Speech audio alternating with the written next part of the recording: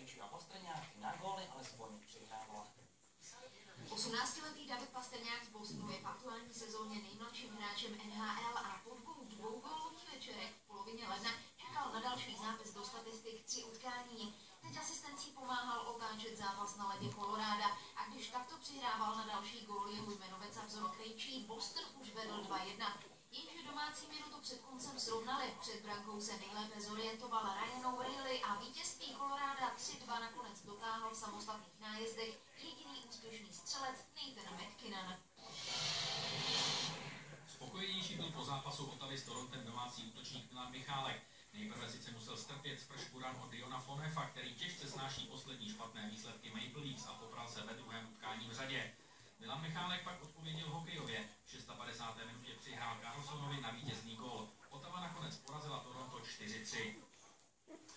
Aleš Razím a Karolína Grohová jsou nejrychlejšími českými běžci na lyžích. V Novém Městě na Moravě dnes vyhráli sprinty na mistrovství republiky a zajistili si tak nominaci na světový šampionát. Včera na 15-kilometrové trati byl Aleš Razím smutným mužem. Dojel až 5. a nominace mu tak unikla. Dnes pokus číslo 2. Český reprezentant se probojoval do finále, kde si poradil s Martinem Jakšem. Na záda mu v cílové rovince ještě míchal Jan Bartoň, ale Razím zajel nejrychlejší čas a i on si vysloužil nominaci do Falunu. Nechtěl jsem zanechávat ani na 30, ani na nějaký návrh trenéra nebo někoho dalšího. Tak je dobrý, že jsem aspoň tohle splnil, když se mi nepodařilo vyjet zatím žádný body ve svěťáku. Po závodě navíc jury druhého Jana Bartoně diskvalifikovala za bruslení. Ve Švédsku nebude v únoru chybět ani Karolína Grohová, která si vyjela titul mistryně republiky. Za 11